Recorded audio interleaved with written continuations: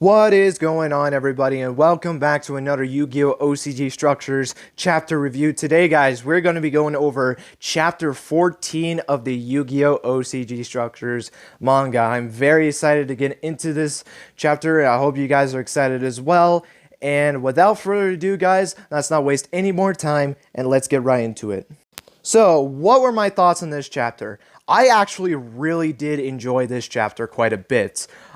This, I feel like, is going to get a very big opportunity to see some growth in Shoma, and when a character gets some growth, especially the main protagonist, I'm always excited for that. But let's get right into it. So, the chapter actually begins right where we left off last time. It was the end of the Light and Misguide duel. Light ended up winning her duel, giving team Light and Darkness are two sides of the same coin, their first win of the tournament, and now we are going into match 2. Light gives her duel disc to Tendo, ends up walking off. She says she's going to be going home. She's not really in the mood of this. Tendo kind of gets a little bit confused of why she's so mad, which we all know why, but still, he doesn't really understand what was going on and why it got her so heated. She ended up leaving. She wasn't here the last this chapter, so we're getting ready for the next duel. Misguide is all like upset about it, and they say, you know what, we had to get back up and we just need to win the next match. And even Strong kind of got worried at this point because he realizes that now him and Yusa, or Shoma, I almost said Yuga again, gosh dang it, have to win their matches if they want to win this duel. So now there is a pressure going into this, and Strong is very worried about this because remember, he's the only one that has been losing duels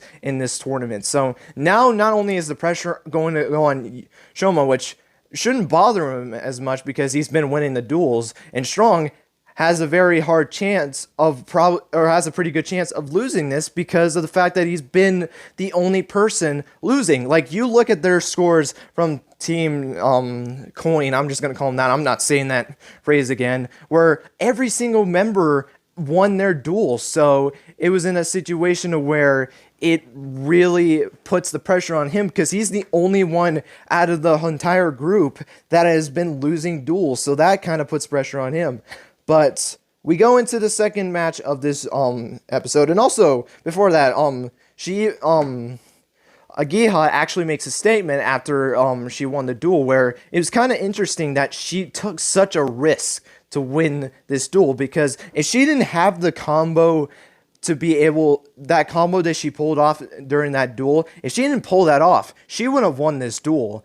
So that's a very interesting as well, that Light actually got very lucky when she went into this duel, because if she didn't end up actually getting that limiter removal and that Jinzo monster, or that I think it was Jinzo Ejector, I think it was called, then she would have lost that duel 100%. So that puts a very, like, interesting situation of what would have happened. And even Misguide had that joke where she wanted to challenge her one more time, and obviously she was very upset at what was going on, so it didn't end up happening. But we now going into the second match, we have Shoma stepping up, and then Tendo, Sidekick Tendo, decides to step in for this duel, which puts the team Structures in a very bad situation, because Shoma's only loss in this series was to Tendo.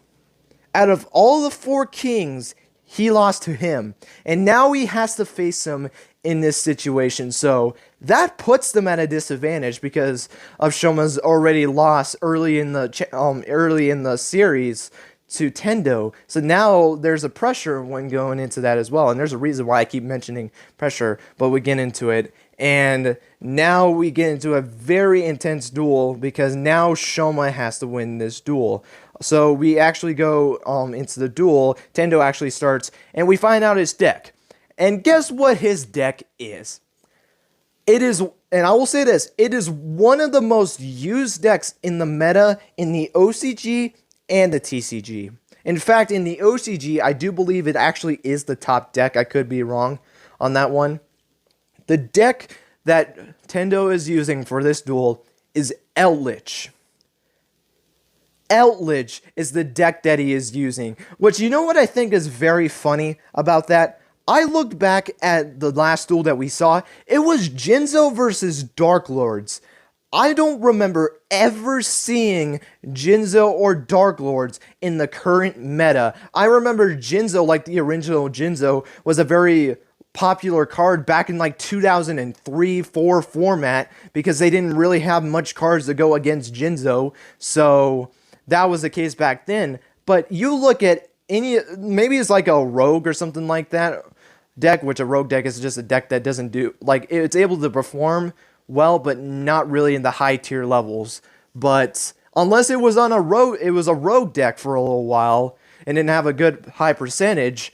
Those decks I don't think I've ever seen been played in a competitive state. So it's very interesting that the next duel we actually see some competitive decks on both sides, and we'll get to his deck in a minute. But we go into Tendo's turn. He activates his continuous spell, Cursed Outland, which is able to add Outlich the Golden Lord from his deck to his hand. Now, I've only seen a little bit of Outlich, actually. For someone that has watched a little bit of the meta, I have not watched that many Outlich decks. I do know Outlich the Golden Rock, because I've seen a couple of deck builds of Outlich, and Outlich doesn't have that many monsters. I want to say that much. They really do not have many monsters. Their biggest advantage is spells and traps from deck builds that I've seen. So that's a very interesting deck as well. I think Outlich is actually a pretty cool deck. I kind of want to try that out myself.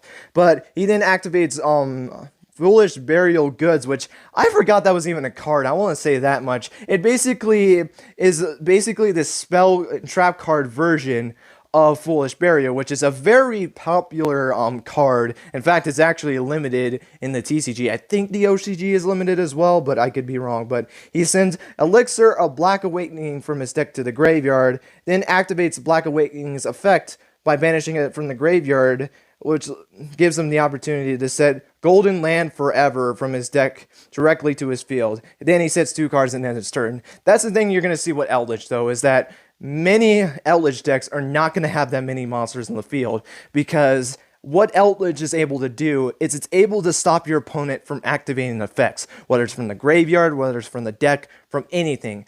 Outlich is a very easy deck to be able to stop you from doing your big combos and stuff like that, or being able to get your pieces back. That way, if you end up losing your monster, you cannot actually recover at that point. So it is a very strong deck, to say the least. But before Shoma takes his turn, Misguide has to open her big mouth as she tells Shoma that if he loses this duel, they lose the tournament.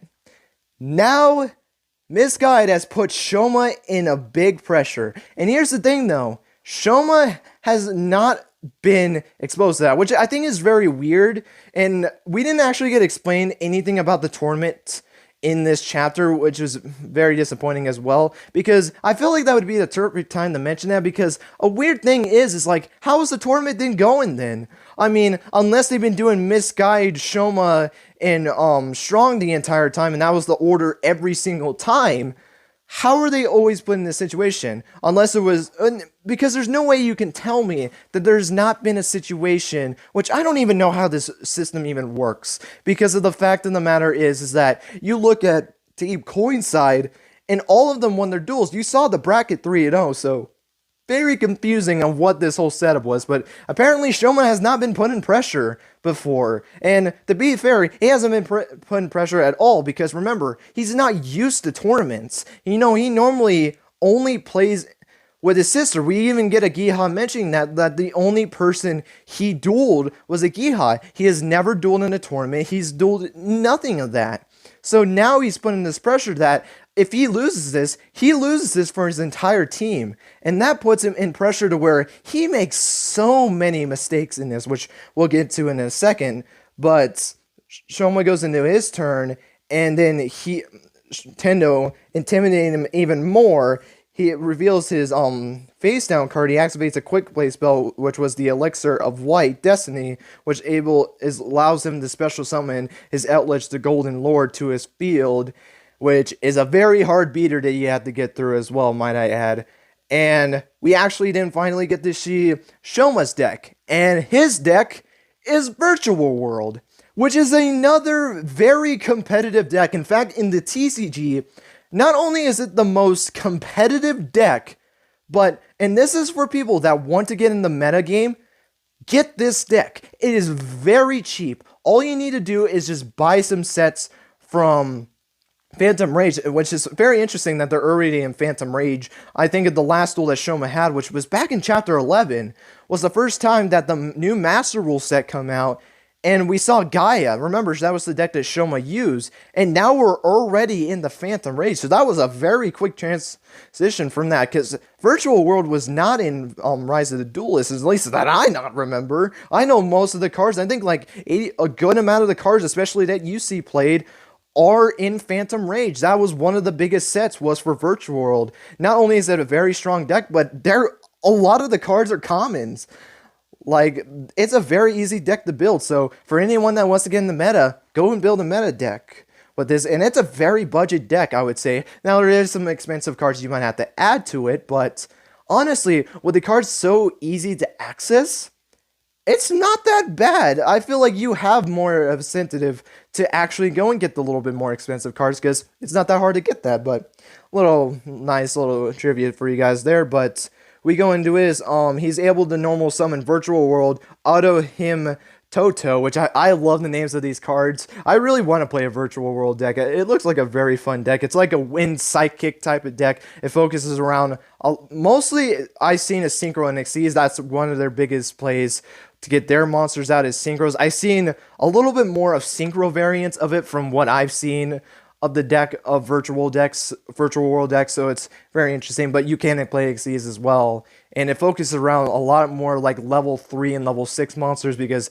a good amount of the Synchro monsters, I think one of the Synchro monsters, in fact, he does summon it in this duel, is a level 9 Synchro monster, so I guess you can kind of see where you're going with that. You got level 9 Synchro monsters, and then you got rank 3 or rank 6 Xyz monsters that you can go with. But then Shoma goes and activates Virtual World Gate Quinlong, which is able to, I believe it was able to add a Virtual World card. I think it was like My Him Lulu, I think was what the name of the card is.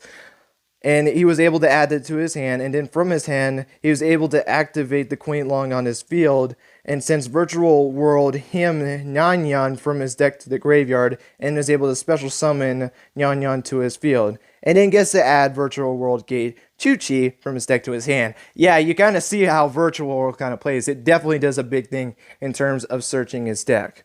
But he's already planned for this. Tendo ends up activating the trap card, which is actually a trap monster. It's kind of nice to see trap monsters in this. I don't remember Outlich kind of having that, but it was a trap that he actually ends up activating. He activates Hakuro of the Golden Land, which is able to special summon it as a monster, and is able to banish Nyan from his graveyard. So now that puts him in a situation where if he wants to try to get Nyan, he has to get it back from his banished zone, which we'll get it from a second. But then Shoma goes into his turn, he does this whole summoning chant, and is able to get out his big old Synchro monster, Virtual World Kubi Shenshen. His level 9 Synchro monster, which really do love the design on this monster. I think it actually looks pretty cool to say the least. But Shoma is able to go into battle, he uses his monster to go and attack, and decides to use the effect to return Nyan to the graveyard so that he can get it back later on. And Shoma ends up activating the effect, and Misguide and Agia already knows he messes up, as guess what trap he activates? Golden Land Forever, which, mind you, Shoma knew that card because he had to state the card that he placed face down. So he knows that he has that card, yet he walks right into it. So for anyone that doesn't know what Golden Land Forever does, it basically is able to negate the monster's effect and gets to destroy it. So now Shoma is left completely wide open because he made such a bad mistake to the point where his field just got wiped by one trap card. Like, he has been playing so poorly, which is not normal for Shoma. Remember, he's a very capable duelist, but this is where the pressure gets to him. He is not thinking straight. And I feel like that's what a lot of people, like, when they're put under pressure, they just don't think. All they think about is like, but if I do this, I might mess up or something like this. Or don't even think ahead. Like, they might just think in the spur of a moment what's going on, but not think 3 steps ahead.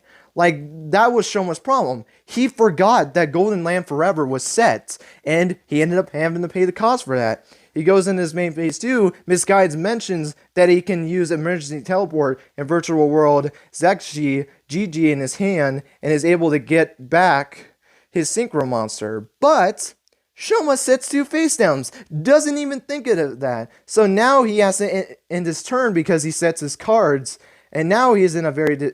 Oh, wait a minute. No, he does place his cards face down, I did forget. Also, I did forget as well, I actually looked back at the chapter because I wanted to make sure I was writing this, and I was wrong. They did show the way that it was in a tournament. They actually had it in a way where they were boarded to where they couldn't see each other, so they were actually dueling at the same time, which now I feel like an idiot, and I literally read this chapter like yesterday, so I can't believe I did forget that, but I remember writing it down that, hey, they actually did show that, so make sure to mention that. So, what I said earlier, forgot about that, that was my apologies, but they did show how the way it dueled, and that makes it a little bit more interesting, because Shoma just dueled himself. He didn't really have to focus on what his opponents were doing, but now that he's in a state to where he actually knows that, oh, if I lose this duel, my team is screwed. They end up losing with me. Like, I dragged my team down because of this loss. And this puts him in a very tight situation. He even starts grabbing his chest because he cannot deal with this pressure. And even a Giha knows this. And she knows this. I mean, the person that knows you the most is your family. And his sister knows that he's never been in this situation before. And even states, like, if you want to grow as a duelist, this is the way to do it. Now, this is your time to grow and be able to overcome this. And that's what I like about it, is now Shoma has to overcome this pressure of potentially dragging down his team because of his loss. He has to learn to get over that. And I'm very excited to see where that goes. I am very excited to see how he's able to resolve from this. And that just makes me one of the favorite things about shows, and anything in particular, is how people are able to resolve this. And what makes it more likable about this situation is I feel like this can be related to anyone. I feel like OCG Structures is one of the most relatable Yu-Gi-Ohs. And obviously that's because it's more into the real life world. But I really do believe that if Shoma gets stuff like this and development like this, Shoma might be one of my favorite protagonists in all of the Yu-Gi-Oh series, anime, manga, whatever it is. Because not only can I relate to the character so much because of tournament-wise, because I've never been to a tournament myself, but I've been in like sporting events before. I participated in sporting events, and I felt like that way before. And me being a very competitive person, me thinking like, I need to win this match. Like if it's in a football, I need to win this game. I need to score this point. I need to block this defender or whatever it is, for people that don't know football, but I'm sorry. But I feel it in that way as well, because no matter what situation it is, you can relate to Shoma, whether it's sports, whether it is Yu-Gi-Oh, that you can be put in a lot of pressure, especially like in the football example. If you're in the fourth quarter and the game is about to end, and I'm sorry for the people that don't know football that much, I really do apologize. So maybe the stuff I'm talking about is just gibberish, but just get the point that, like, even in a tense moment, you got to make sure that you keep your head clean and be able to go forward. So that's the struggle that Shoma has to go through, and I'm very excited to see that going forward. But guys, that is going to be it for this chapter review. I'm pretty excited to actually know your guys' thoughts on this chapter. Did you like it? Were you in the middle of it? Or did you not really like the chapter? And something I don't think I've asked before is, what do you think of Shoma, this protagonist? Because I'm going to be honest, I've been really impressed with this protagonist. Taking the route that they've done with a more realistic Yu-Gi-Oh! I think I've mentioned it a couple of times that I think this is a Yu-Gi-Oh! Series that we've needed for a while. And it's nice to have it in this manga. Sure, I would have liked to have an anime of this as well, but that doesn't happen to be a case. But manga is honestly the second best option. But to have a piece of media that is related to the card game, and especially something like this is the most relatable Yu-Gi-Oh! Show or manga or piece of media, whatever the case might be. It's not actually a show, so I do apologize for that. But this manga could be the most relatable Yu-Gi-Oh we ever have because of it being in a tournament-like structure and all that kind of stuff. I really do like this manga a lot. I really do think this is a manga that we need in a while. And let me know if you guys agree with that as well. And just your thoughts on Shoma as a character. Like, Shoma has been a very impressive protagonist, I would say. Definitely want to learn a little bit more of that structure world, which he didn't actually go into that this episode. I think every single time we've seen Shoma use a new deck, he has gone into the structure world. So it's very interesting that he doesn't go in this world, which I don't know, that is a very interesting thing, but in any case, that is going to be it. That was a very long outro. Thank you guys so much for watching. I hope you guys enjoyed, and until next time, guys, take care and have yourselves a great rest of your day.